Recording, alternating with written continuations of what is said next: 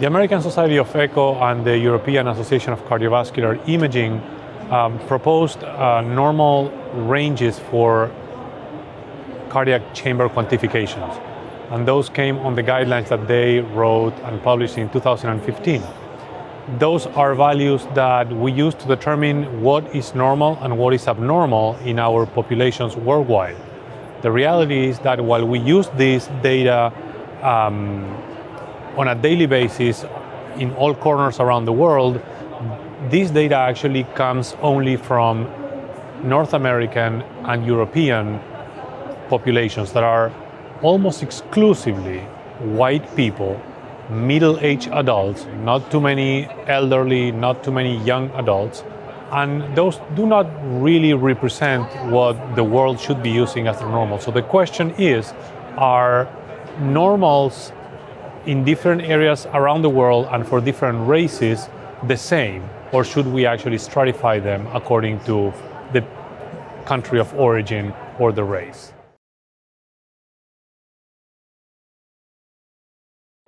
So the first important point to make about our findings is that indeed there are significant differences when we look at left ventricular size among people from different countries. Specifically, people from countries in Asia seem to be the ones having the smaller left ventricles when it comes to volumes and dimensions, even when we index them by the body surface area. For function, there are also differences, but those differences seem to be much smaller, and I'm talking about ejection fraction and global longitudinal strain. But it becomes really clear that we have to stratify what we consider normal really based on the nationality of the individuals we are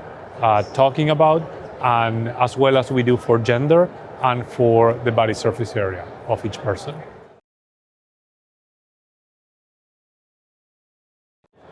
The first thing is when we try to consider whether something we are seeing on a person's heart is normal or is abnormal, I think we will have to readjust what these ranges are, because what we are now describing for a more global worldwide population is different from what the guidelines in 2015 have said.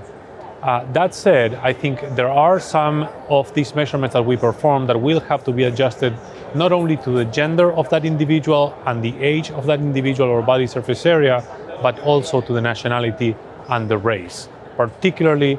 we see that people coming from Asia, from Asian origin or race, but also from most of the Asian countries, their hearts are smaller and their function is slightly better than that of people from other parts of the world.